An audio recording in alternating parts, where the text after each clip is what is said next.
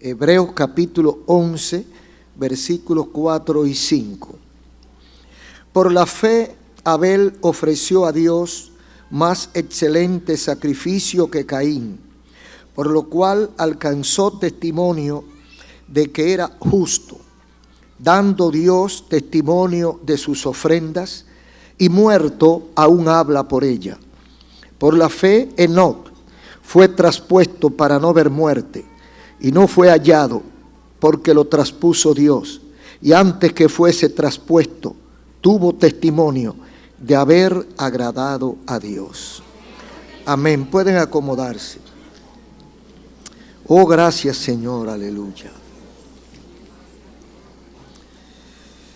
Hoy vamos a hablar sobre la obra de la fe en su segunda parte. El pasado domingo comencé a hablar de esto y tomé como punto de partida a Abraham. Y nos basamos en el testimonio de Abraham. Hoy vamos a utilizar otros dos protagonistas, que son Abel y Enoc. Por eso queremos hablar en la segunda parte de esta obra de la fe con ustedes. La fe no es más que es una especie de energía. La energía no se ve. Lo que se ve de la energía es el trabajo que hace. La obra que hace la energía es lo que nosotros vemos. Por ejemplo, todo lo que está aquí moviéndose, alumbrando o sonando, es energía. La energía eléctrica. Esa energía eléctrica se transforma en sonido y usted lo escucha. Esa energía eléctrica se transforma en luz y usted la ve. Esa energía eléctrica mueve abanico, mueve motores, mueve cualquier cosa. Pero la energía no se ve su obra. La fe no se ve. A pesar de que en química es el símbolo, o en física es el símbolo del hierro, pero la fe no se ve. Se ven sus obras. Se ve lo que se hace con la fe. Entonces, la gente muchas veces tiene dificultad porque dice, yo creo. ¿Y cómo yo sé que creo o no cree? Porque tengo que creer lo que él dijo, que él tiene fe. Digo, bueno, vamos, hasta prueba en contrario voy a decir que sí, que tú tienes fe. Ahora, ¿cómo yo entiendo, cómo yo conozco la fe de esa persona? Cuando se presenta el desafío. Cuando se presenta la oportunidad de realizar algo que hay que hacerlo por fe. Y esa persona coge miedo, y tú digo, ¿y dónde está la fe que tú dijiste que tenía? Te mandaste. Las grandes obras, los grandes monumentos que nosotros vemos en diferentes países, incluyendo el nuestro, son testigos. El Alcázar, por ejemplo, la basílica, la catedral, o la catedral, no tanto la basílica, el faro a Colón. Todo eso son monumentos que testimonian algo que no se veía y lo vemos a través de esa obra. Son por ejemplo, esos grandes imperios que dejaron, por ejemplo, las pirámides de Egipto, obelisco, la esfinge, como la torre de Eiffel de Francia, París, que dicen que Gustavo Eiffel en el 1889, para celebrar los 100 años de la Revolución Francesa, hizo esa torre. Y primero tuvo casi 20 años de obstáculo, después que la había hecho, de gente que decía que para qué era eso. Y ahora, ¿quién quita esa torre de ahí? Es un testimonio de la historia. Así cada rey, cada imperio dejaba algo, y esos imperios, la obra que dejaban, nos sirve a nosotros para medir la majestuosidad de aquel monarca o de aquel imperio cuando lo hizo.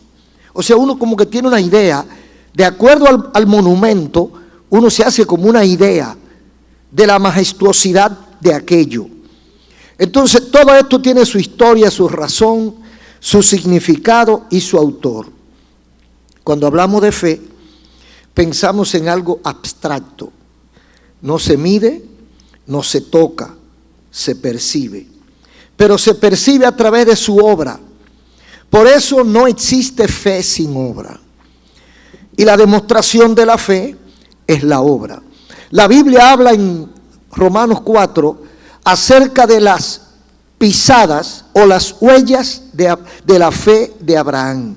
Y usted dice, ¿cuáles son las huellas que puede dejar la fe? ¿O cuáles son las pisadas si la fe no se ve? La obra. ¿Qué hizo Abraham? Ese es el resultado de la fe que tuvo Abraham. El tamaño de su fe es de acuerdo al tamaño de lo que él hizo. Entonces así nosotros medimos la fe. Hoy vamos a hablar de dos protagonistas que hicieron, qué hicieron y en qué consiste lo que hicieron, la obra de su fe. Mucha gente confunde la fe con el contenido intelectual, que es más bien la convicción. Fe es más que contenido intelectual, fe es más que una simple convicción, porque fe transfiere o convierte la convicción en acción. Yo estoy convencido de que esa tal silla, yo estoy convencido que esa silla es fuerte, pero no me atrevo a sentarme porque me caigo. Y entonces, si yo estoy convencido que esa silla me soporta, entonces yo me siento en la silla y esa es la acción. La convicción es que la silla está ahí, está buena y es fuerte. La acción es que me siente en ella. Yo creo en Dios. Yo creo que hay un Dios allá arriba. Yo creo que hay un Dios que tiene leyes. Yo estoy convencido que hay un Dios que tiene leyes. ¿Cumples tú las leyes? Esa es la acción.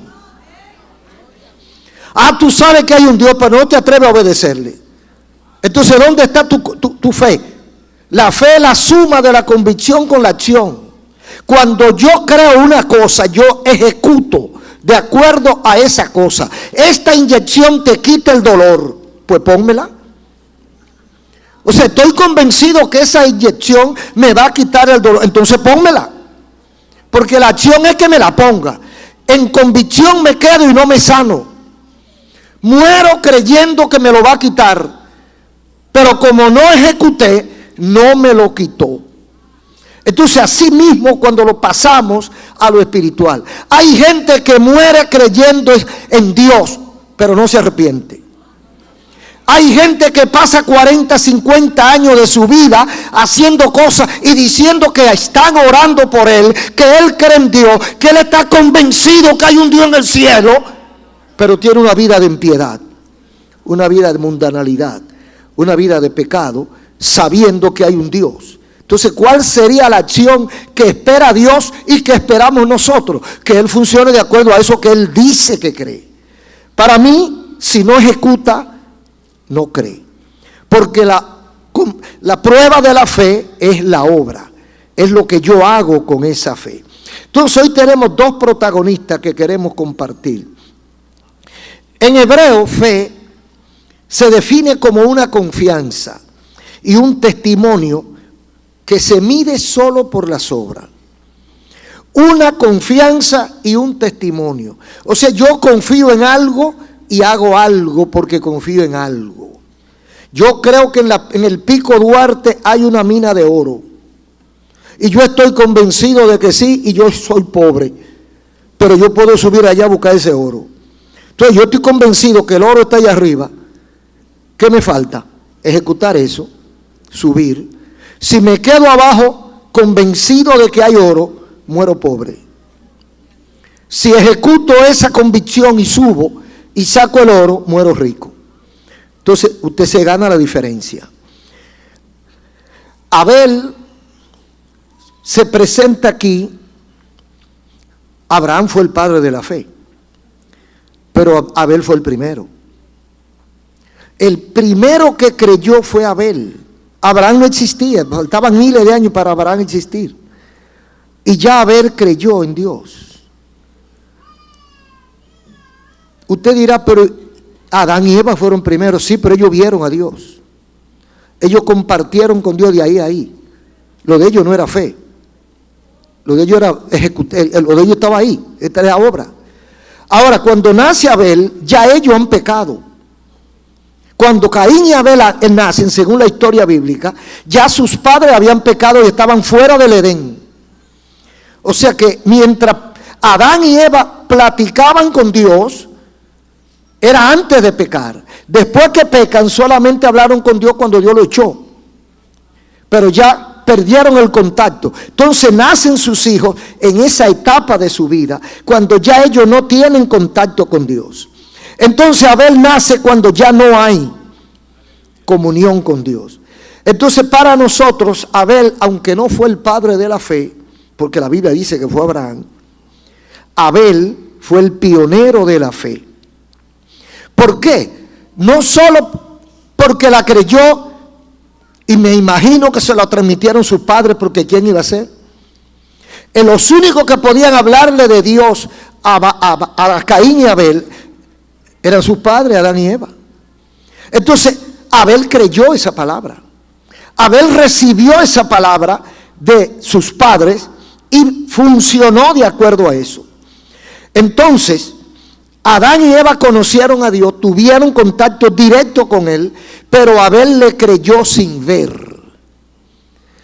Abel creyó lo que le dijeron sus padres acerca de su Dios, pero él no tuvo contacto con Dios. Él creyó en el Dios de sus padres, en lo que sus padres le habían dicho. Entonces, ¿cuál es el contexto de Abel? No copió de nadie. Hizo lo que hizo por la fe. Una práctica diaria de fe. No había estatutos. Y la demostración de su fe, ¿cuál fue? Su obediencia a lo que había creído. Él había oído una información, la creyó y la abrazó y la ejecutó. La información tuvo que haberle llegado por su padre y él creyó eso que le dijeron sus padres y vivió de acuerdo a lo que sus padres le dijeron. ¿Qué sería lo que le dijeron? Yo pienso que una de las cosas que Adán y Eva le dijeron a sus hijos eran que Jehová es santo. Y que si ellos no estaban disfrutando de la vida plena que Dios quería que disfrutaran, era porque habían fallado a Dios. Que ellos sabían que habían pecado contra Dios. Que ellos sabían que habían unos requisitos que ellos no fueron capaces de cumplir. Por lo tanto, Dios, en el ejercicio de su soberanía y sin perder su amor, lo sacó del huerto del Edén y lo lanzó al mundo a pasar trabajo. Entonces pensamos nosotros que esa historia tenían ellos que hacérsela a sus hijos. Cuando Abel entiende la información de sus padres, ¿qué hace Abel? Dice, bueno, yo trataré por todos los medios a mi alcance no chocar con Jehová. Haré el esfuerzo por someterme a lo que yo entiendo es su voluntad. Y parece que lo logró. Parece que lo hizo. Y yo pienso que Abel actuó contra la corriente. ¿Por qué? Porque Abel no era el único. Estaba su hermano Caín y habían otros hermanos ya. Pero a Caín no agradó a Dios. Caín no hizo lo mismo que hizo Abel y Caín era mayor. O sea que Abel pudo copiar de Caín. El ambiente de Abel no era santo, porque Caín no fue santo y Caín era mayor. Entonces Abel pudo compartir con Caín, pudo aprender de su hermano mayor a no servirle a Dios, a hacer su propia voluntad, a hacer lo que él quería, porque eso era lo que él había visto. Entonces su contexto era irreverente hacia Dios. Caín no agradó a Dios. Esta obra indica que no le preocupaba mucho lo que quería Dios. Pero Abel, que no había estatutos, que no conocía estatutos, obedeció lo que sabía de Dios por la información que le había llegado. Entonces, tal vez lo hizo porque era costumbre. Caín, la Biblia dice que llevó una ofrenda, según leemos en Génesis, capítulo 4 y 5. Nosotros encontramos que ambos fueron movilizados a llevar una ofrenda a Dios. Parece que sus padres le habían enseñado a ofrendar a Dios. Y sabía David, o mejor dicho, Caín y Abel sabían que era un deber darle ofrenda a Dios. Y Caín, quizá para tranquilizar a papá y a mamá, a lo mejor le hicieron una campaña: ¿cuándo es que tú vas a llevar tu ofrenda a Dios? Porque a lo mejor se había pasado el tiempo, y así como a los 12 años había que llevar a los niños al templo, tiempo después, había que llevar a los niños al templo y consagrarlo a Dios, había un tiempo para llevar su primera ofrenda a Dios. Y Caín violó, no llevó ofrenda. Y a lo mejor sus padres lo estaban incitando para que llevaran esa ofrenda. Entonces la Biblia dice en el versículo 3: aconteció que andando el tiempo, Caín trajo del fruto de la tierra una ofrenda a Jehová. O sea, le pasó el tiempo de llevarla, parece. Llegó la hora de que ya no podía esperar más. Y él, para tranquilizarse o tranquilizar a papá y a mamá, él lleva una ofrenda a Jehová. Esa ofrenda fue de los frutos de la tierra. Dice aquí, Caín trajo del fruto de la tierra una ofrenda a Jehová. Pero ¿qué pasó? Que Abel hizo lo mismo. Abel trajo también de los primogénitos de sus ovejas, de lo más gordo de ellas. Y miró Jehová con agrado la ofrenda de Abel. Agradó a Abel y su ofrenda. Pero no miró con agrado a Caín y a la ofrenda suya. Y se ensañó Caín en gran manera y decayó su semblante. Caín no agradó a Dios. Abel agradó a Dios. ¿Cuál fue la diferencia entre estos dos hermanos?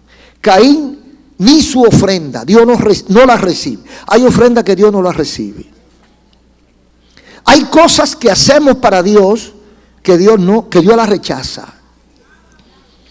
Y hay cosas sencillas que hacemos para Dios y Dios las recibe. Aquí está claro. ¿Por qué Dios rechaza la ofrenda de Caín y acepta la de Abel? Tal vez Caín lo hizo por una mera costumbre, por quitarse el de encima a los padres. Lo más probable es que él no tenía deseo de llevar esa ofrenda. Él lo hizo por una ley, porque déjame quitarme este problema de encima. Como dicen los muchachos, de mala gana. Hay gente que le da cosas a Dios de mala gana. Hay gente que creen que tienen una prueba porque no han cumplido con Dios y de mala gana van a cumplir. Y hacen un ayuno de mala gana. Y van de rodillas de mala gana. Y van a la iglesia forzados. Y le llevan una ofrenda a Dios financiera o espiritual forzado. Este pastor habla demasiado de ese templo. Déjame dar esta ofrenda para que se calle. Aleluya. Bendito el nombre del Señor. Entonces Dios, que vio el corazón, porque ahí es que está el problema, que usted puede ir con su carita risueña o con su cara triste, pero Dios no mira la cara. Dios no está mirando los dientes afuera. La sonrisa de oreja a oreja, eso no es lo que Dios mira. Dios mira adentro. Y viene Caín con su cargamento de fruta, a lo mejor de la más selecta, quizá a lo mejor, y quizá no. Porque el que hace la cosa de mala gana busca lo peor para darlo. Las cosas de Dios se busca lo mejor, lo que le duele a usted, lo que usted quiere, lo que usted ama.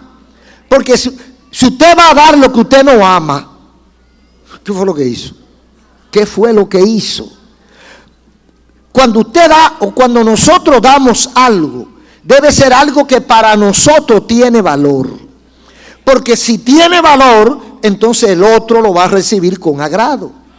Pero si yo voy a regalar algo que ya no sirve, algo que ya yo no lo necesito porque no me gusta, porque no lo quiero, que no vale nada, que pasó de moda, entonces yo se lo regalo a este infeliz para que lo use él. Es una burla. Entonces Dios no come eso. A lo mejor Caín recogió de lo que ya estaba medio marchito de los frutos que eran medio agrios. Jehová se lo come todo, ¿no? Y le llevó la canasta llena. Eso es uno elucubrando, porque aquí no dice eso. Trajo del fruto de la tierra una ofrenda a Jehová. Fíjese la diferencia. Y Abel trajo también de los primogénitos de las ovejas, de lo más gordo, y miró Jehová con agrado a Abel y a su ofrenda. O sea que hay una diferencia entre la ofrenda de Abel y la ofrenda de Caín. La Biblia habla de excelencia. Dice en Hebreo que fue más excelente la ofrenda de Abel. Abel ofreció a Dios, versículo 4 del capítulo 11 de Hebreo. Abel ofreció a Dios más excelente sacrificio que Caín. Entonces dice, por lo cual alcanzó testimonio de que era justo, dando Dios testimonio de su ofrenda. Y muerto aún habla por ella. Todavía estamos hablando de Abel. Entonces la excelencia de la ofrenda primero fue espontánea. Le salió del corazón llevar una ofrenda al Señor. Se esforzó por agradar a Dios. Nadie se esfuerza por agradar a nadie que no conozca. Cuando usted quiere agradar a una persona es porque usted conoce a esa persona. ¿Y qué quiero decir con que usted lo conoce? Que sabe qué le gusta y qué no le gusta. Usted, para regalarle algo a un vecino, a un amigo que acaba de conocer, usted tiene que preguntarle a alguien que lo conozca hace mucho. Mira, yo quisiera regalarle algo a fulano o a fulana.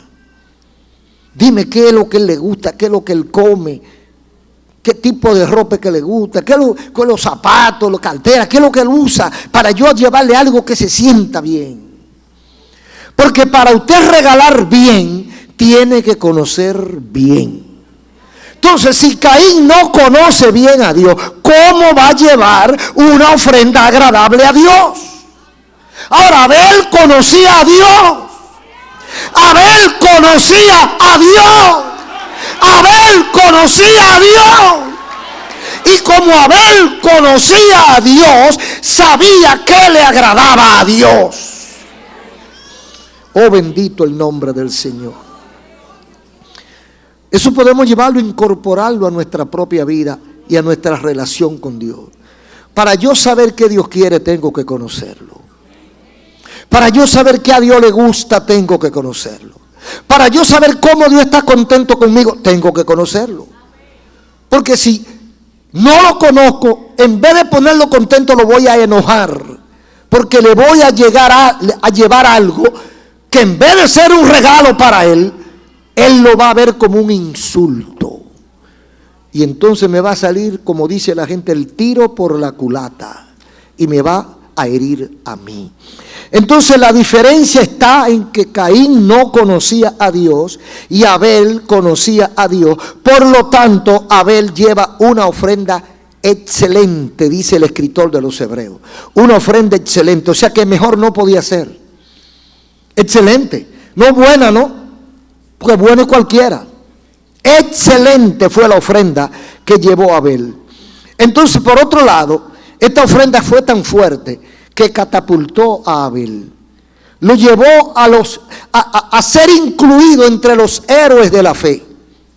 Fíjese cómo en Hebreos comienza hablando de estos hombres, de estos grandes de la fe, porque por ella alcanzaron buen testimonio los antiguos. Por la fe entendemos haber sido constituido el universo por la palabra de Dios, de modo que lo que se ve fue hecho de lo que no se veía. Y el primero que menciona, Abel. Por la fe Abel. Aleluya. ¿Cómo conoció Abel a Dios? ¿Usted cree que lo que le dijeron a Adán y Eva era suficiente? Ellos le dijeron algo de la historia, pero parece que se desarrolló una relación de Abel con ese Dios de sus padres, Ese hombre hablaba con Dios en espíritu. Y él sabía lo que Dios quería. Y por eso él le llevó una ofrenda de animales que tienen sangre. Porque esa primera ofrenda significaba o era prototipo de la gran ofrenda que sería Jesucristo en la cruz del Calvario, derramando su sangre por nosotros. Bendito el nombre de Jesús. Entonces es la categoría, la importancia de esa ofrenda. La mejor ofrenda fue esa que llevó Abel, por el significado que tenía esta ofrenda. Y Dios recibió la ofrenda. Entonces cuando Dios recibe la ofrenda de Abel con agrado, y a Caín le dice que eso no sirve, ¿para qué tú me traes eso? Llévatelo otra vez. ¿Qué yo voy a hacer con eso? Aleluya. ¿Qué hizo Caín? Dice la historia que se ensañó, se enojó, se puso bravito y salió echando chispa y le dijo a su hermano: vamos al campo, vamos al campo. Y su hermano, que es su hermano y que cree que Caín es su hermano, Abel era hermano de Caín, pero Caín no era hermano de Abel. Vamos al campo. Entonces Abel, porque el bueno siempre es tonto, no podía imaginar qué era lo que iba a hacer Caín, pero se fueron al campo y allá ejecutó a su hermano, hizo de él un cadáver y creyó él que se deshizo de su mancha en el camino. Ambos tenían el mismo conocimiento, pero uno hizo su voluntad y otro hizo la voluntad de Dios. ¿A qué obedeció la ofrenda de Caín? Hay muchas cosas. A lo mismo que muchos hoy ofrendan por entrar en moda. Caín fue a entrar en moda. Esto es lo que hay, pues vamos arriba. Y como es así, pues no tiene mucha importancia. Yo le voy a llevar cualquier cosa a Dios. Entonces, como Dios no recibió lo que él llevó, como él creyó que iba a engañar a Dios, porque eso es otro problema. Hay gente que cree como que va a engañar a Dios con bobería. Piense antes de actuar. Si Caín no lleva la ofrenda, le va mejor. Pero llevar la ofrenda inapropiada se convirtió en contra de él. Dios lo desechó. Entonces él se enojó, se puso bravo con su hermano y mató a su hermano. Se ensañó y ¿a quién fue que debió matar? O sea, ¿qué le hizo Abel? Abel no le ofendió a Caín. Abel hizo algo para Dios, Caín hizo algo para Dios. Dios recibió uno y no recibió el otro. Entonces, ¿por qué tiene que matar a Abel? Porque así trabaja el diablo. Como no puede con Dios, agarra el que está más fácil. Entonces pagó el que no tenía que pagar. Aquí se representan dos grupos. Y diríamos que dos grupos de creyentes. Primero, el que actúa según la norma, que es quien luce como el ganador. O sea, Caín hizo lo que hacía cualquiera. Cualquier mortal. Cualquier persona le dice: mira, la iglesia necesita una ofrenda, y él coge una ofrenda y se la lleva. Y ya salió de eso, cumplió, un cumplido. Caín es la norma, es lo que hace cualquiera. Y para la gente, el que está en lo normal está bien. El que hace lo que hace todo el mundo, ese es el que está bien. Pero Dios lo ve de otra manera. Y muchas veces el que hace lo que hace todo el mundo, Dios lo rechaza. Y el que hace lo que no hace todo el mundo, Dios lo recibe.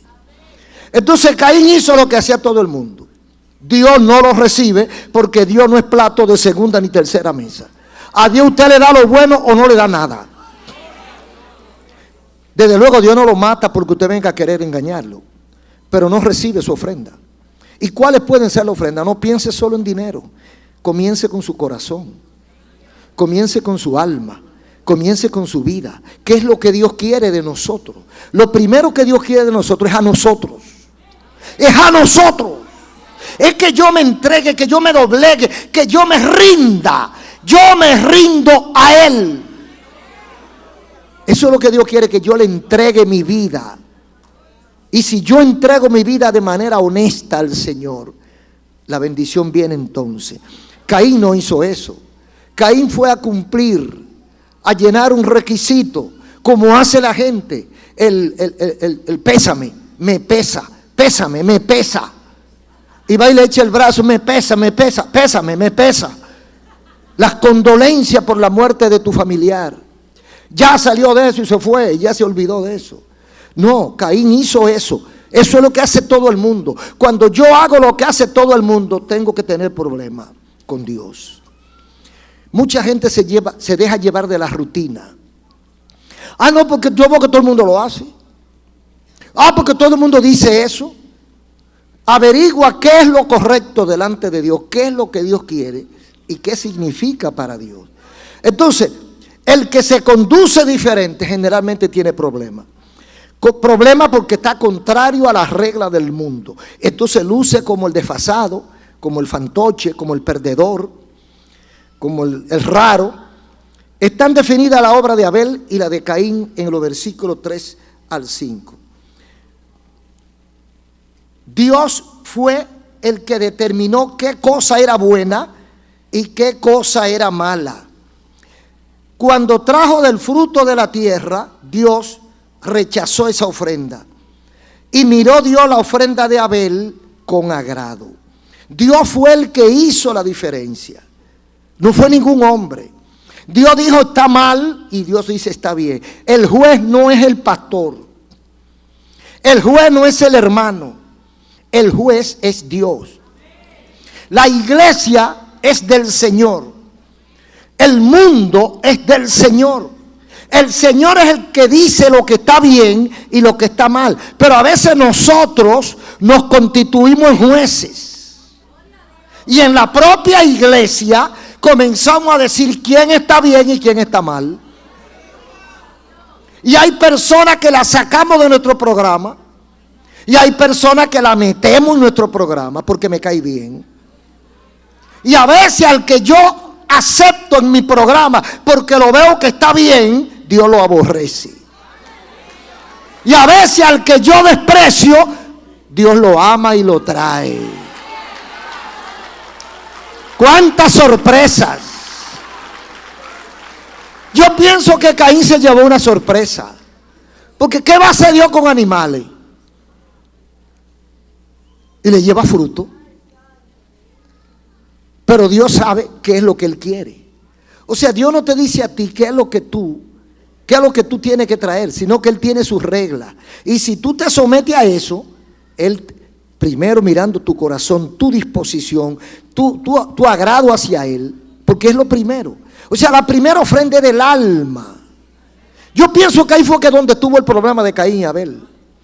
Que el problema no era lo que llevaban, sino quién lo llevaba. Porque cuando Dios dice que le agradó o que no le agradó, no fue que miró los frutos ni que miró los becerros, miró los corazones. Y la demostración está cuando Cristo está frente al templo de Jerusalén, en el capítulo 21 de Lucas. Y usted encuentra que está la gente, los granados de la sociedad están llevando ofrenda. Oro, plata, piedra preciosa de ofrenda.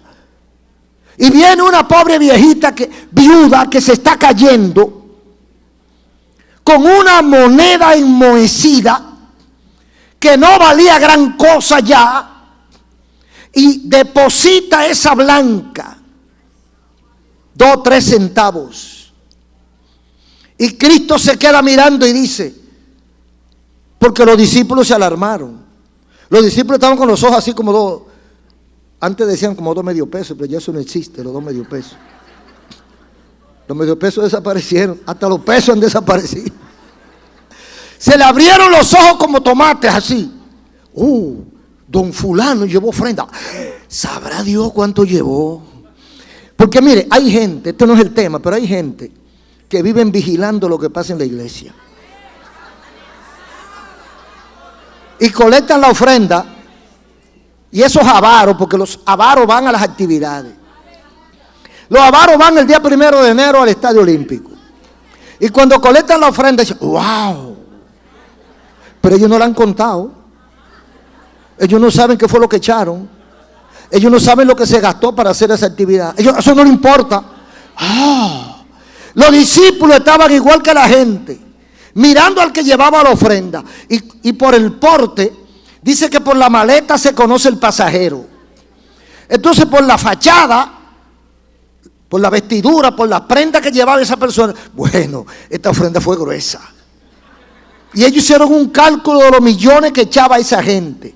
Entonces se aparece alguien con vestido harapiento, en sandalia o sin sandalia, que se ve que tiene hambre, que a lo mejor no había comido ese día, y lo único que tiene, la única moneda que hay en su hogar, la coge y la lleva al templo. ¡Puf!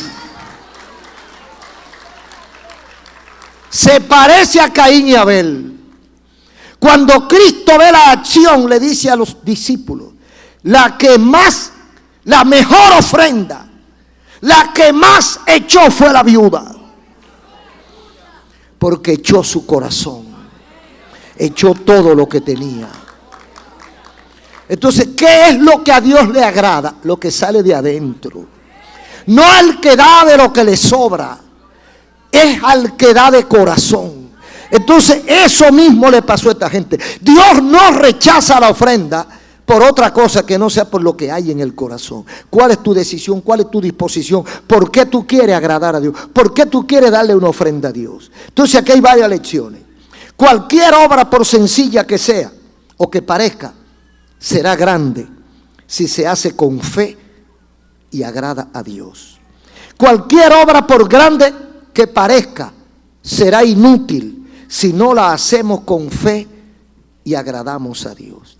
O sea que la cuestión no está en el tamaño o la importancia que nosotros le podamos dar a la ofrenda, sino en la calidad espiritual de tu ofrenda.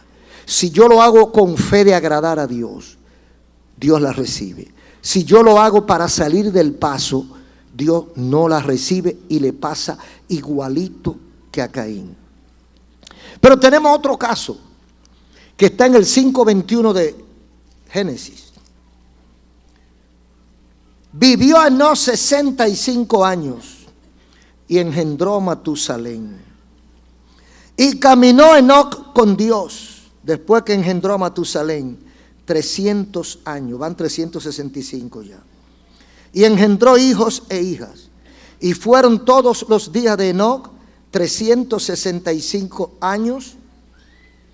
Caminó pues Enoc con Dios y desapareció porque le llevó Dios.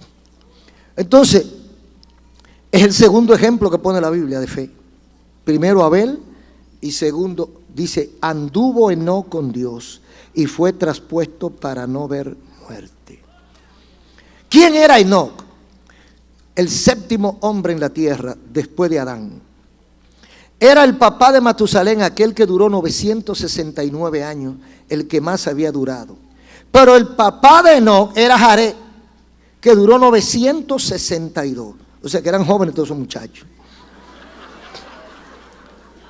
Entonces el nieto de Enoc era Lamec. ¿Quién era Lamec? El papá de Noé. O sea que Enoc era bisabuelo de Noé. Este hombre de fe del cual vamos a hablar era bisabuelo de Noé, padre de Matusalén, abuelo de Lamec, bisabuelo de Noé. Es en ese tiempo, en esa época, que dice Jehová que el pecado había subido de punto. Esto lo encuentra usted en el versículo 5 del capítulo 6 de Génesis. Dice: y vio Jehová que la maldad de los hombres era mucha en la tierra, y que todo designio de los pensamientos del corazón de ellos era de continuo solamente el mal. Calcule usted, ¿cuándo empezó la gente a ser mala? Cuando Dios dice esto es en el tiempo de Noé. Y llega al punto que dice la Biblia que el pecado se pasó de punto. Entonces es cuando Dios determina destruir la tierra, la humanidad, con el diluvio. Porque ya Dios estaba hasta aquí, como decimos nosotros, hasta la nariz, de tanta maldad prolongada. Entonces, ¿cuándo comenzó esa maldad? Para mí, cuando Enoc estaba vivo, comenzó la maldad. O quizás antes que no. Los hombres comenzaron a ser infiel a Dios muchos años antes de Noé. Cuando llega el tiempo de Noé, ya la maldad está acumulada. Tan acumulada que Dios dice que no aguanta eso, que no le va a dar más oportunidad a eso. Entonces el tiempo de Enoc no fue fácil. Fue cuando la gente comenzó a desobedecer a Dios. Esto revela entonces la lucha que tuvo Enoc con su propia gente para que se sometieran a la voluntad de Dios. Enoc está en un contexto de gente desobediente, de gente que está experimentando el pecado, porque la gente está en un tiempo que le llaman la inocencia, que la gente está con los ojos cerrados y no ha probado nada. Es como los indígenas aquí de nuestra tierra de 500, 600 años atrás. Los pobres caciques, que eran muy despiertos, pero eran despiertos aquí. Vinieron los europeos y lo engañaron. Y le trajeron espejitos. Como ellos no habían visto un espejo nunca, ellos creyeron que eso era lo último, eso era lo más grande, ese era el más grande de los inventos. Y le daban oro a cambio de espejitos. Entonces, porque estaban en una inocencia. Entonces, pero cuando la gente comienza a despertar, va aprendiendo a ser malo. Entonces en el tiempo de Enoc, la gente comenzaba a aprender a ser malo, a hacer de todo lo malo, todo lo que a Dios no le gusta. Pero en ese ambiente del despertar maligno, del despertar de la inocencia a la maldad, en ese tiempo cuando la gente comienza a rebelarse contra Dios, en ese tiempo, Noé le sirve a Dios, Enoc le sirve a Dios. Y aunque sus primos y sus tíos y sus abuelos quizá ya estaban rebelándose contra Dios, Enoc prefirió caminar con Dios.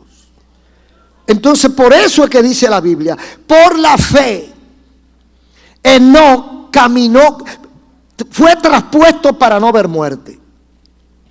O sea, el individuo lo sacan de su entorno, lo sacan de su tierra. No es como Abraham, que salió de su tierra y su parentela, no, a él lo sacaron.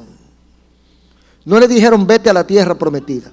A él lo sacaron literalmente del mundo de pecado, de maldad. Y dice, él no fue traspuesto para no, o sea que no ha muerto todavía. Él no está vivo. Él no está vivo. Porque el que no ha muerto está vivo. Hay dos que están vivos, que se lo llevaron vivo. Elías, o Enoc y Elías, en carro de fuego. Entonces dice, no fue hallado, porque lo buscaron, porque lo traspuso Dios. Y antes que fuese traspuesto, aleluya. Ahí es que está el detalle, hermano. Ahí es que está lo grande, lo importante. ¿Qué hizo Enoc antes de ser traspuesto?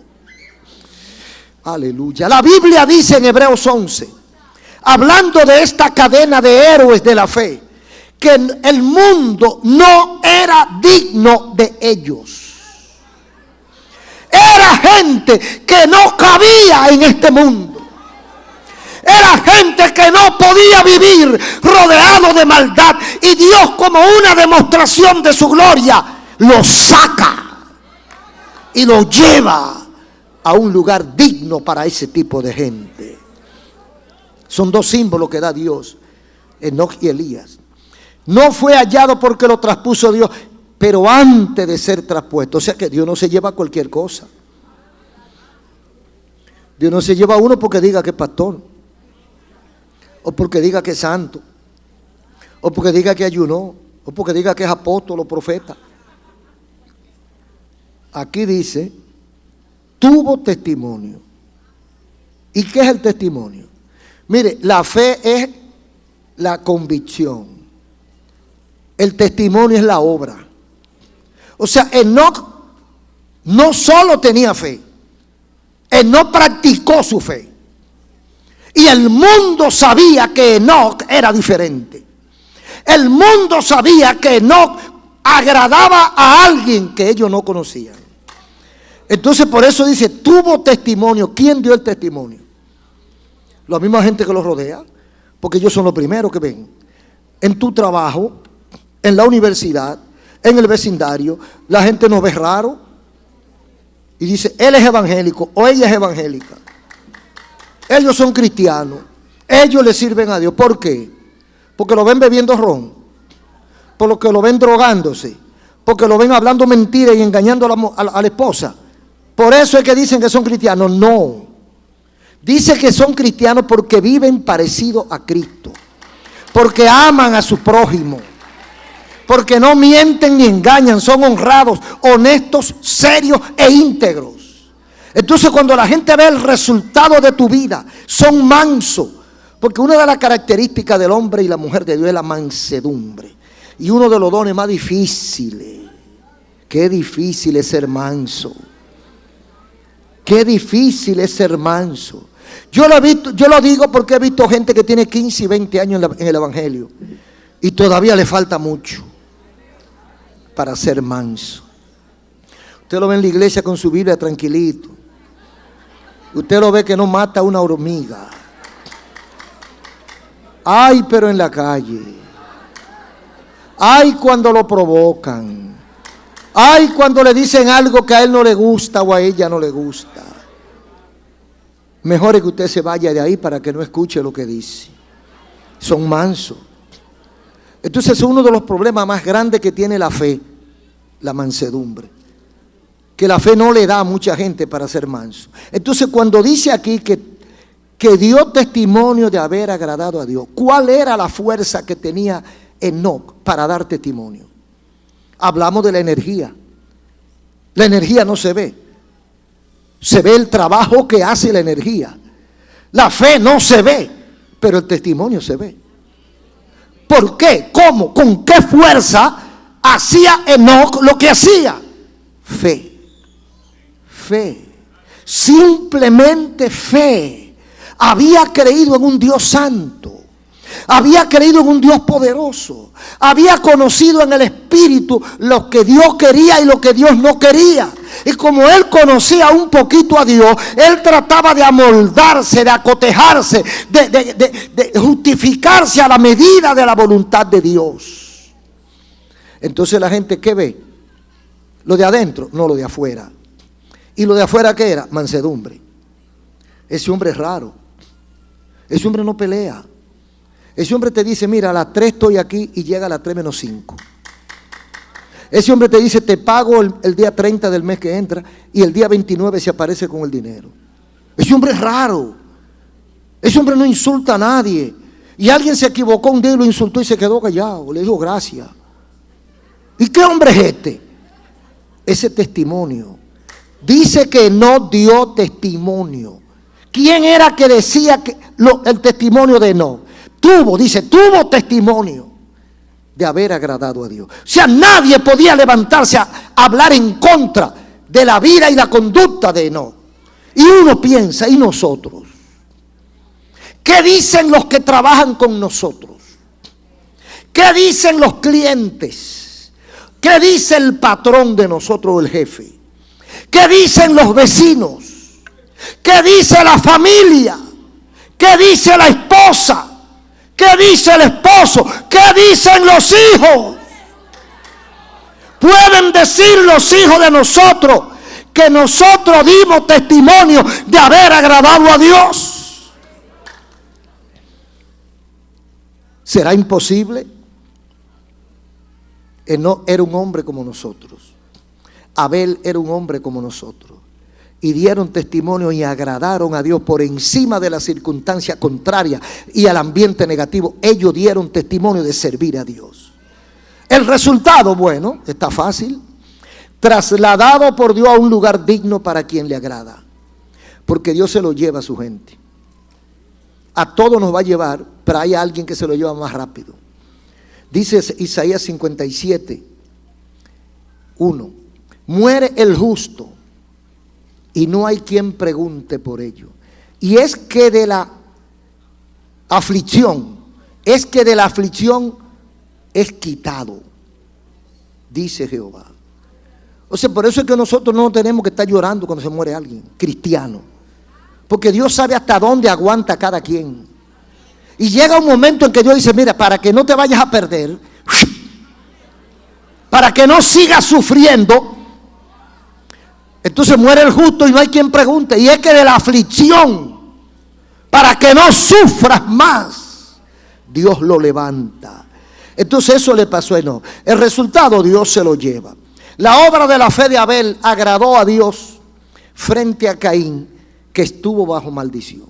Mientras Abel es recibido y bendecido, Caín lo recibe el Señor con rechazo, y no solo eso, lo maldijo. Y donde quiera que llegue, será maldito.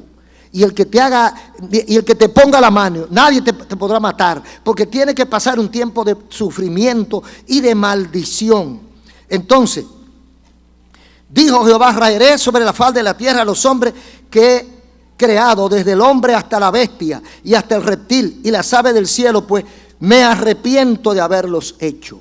Dios volcó su maldición sobre esa generación por malo, por perdido, por fresco, por perverso, que no quisieron hacer la voluntad del Señor. Entonces, el regalo de Abel agradó a Dios, y la bendición de Dios que hasta hoy se está mencionando. El regalo de Caín, maldición.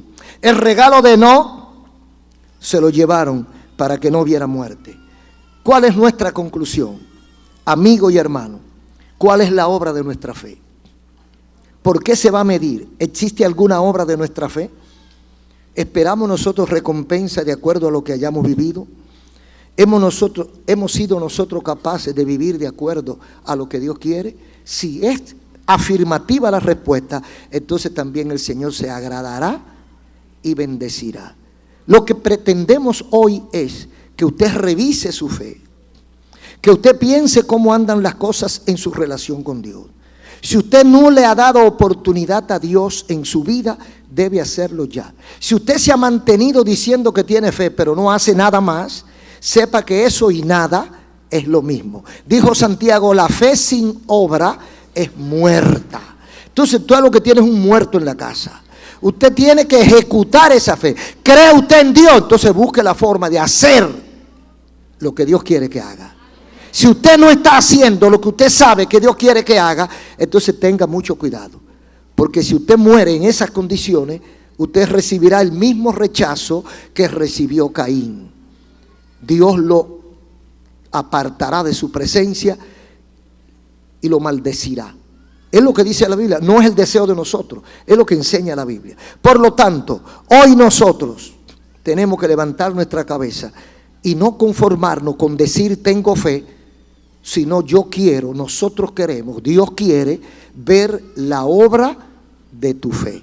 Un aplauso al Señor.